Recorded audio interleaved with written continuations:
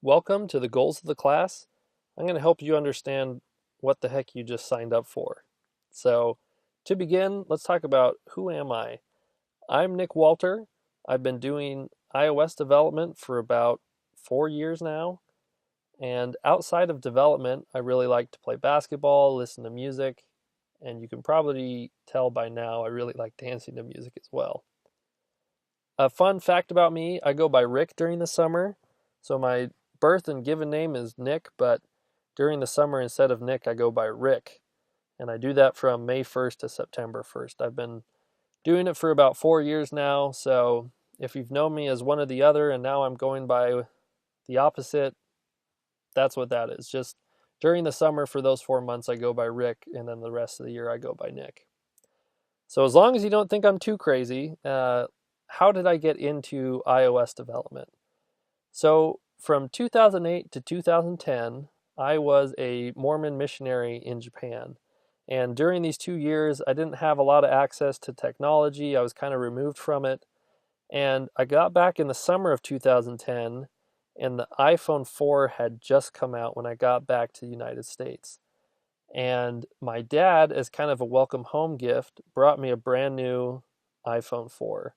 This phone blew my mind. Just the things that you could do with the phone absolutely shocked me. So all the third-party apps that were there, it seemed like there was an app for everything. I remember I was playing Scrabble with my aunt, and she had a Scrabble dictionary app on her phone, which just kind of fried my brain.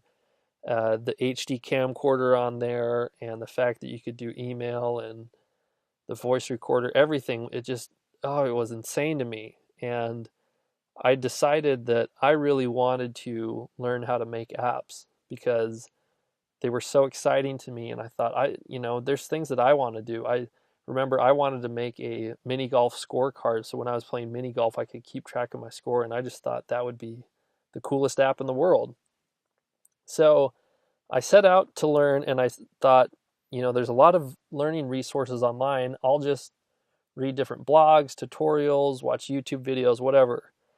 And I was pretty confused. I'd watch all these tutorials and try and follow what they did, but there was always huge gaps. And it seemed like everyone assumed you had some programming background, and they'd use these words that I had no idea what they were talking about. They'd say things like a Boolean and a variable, class objects, and I was just like, how am I supposed to know what that means? I was starting literally at ground zero and was just getting super frustrated.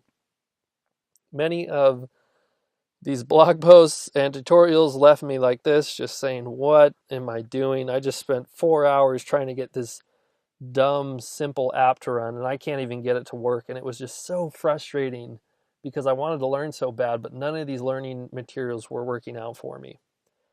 So I worked for free during the summers, did some summer internships doing iOS development, and just going and seeing what other people were doing, trying to learn from them.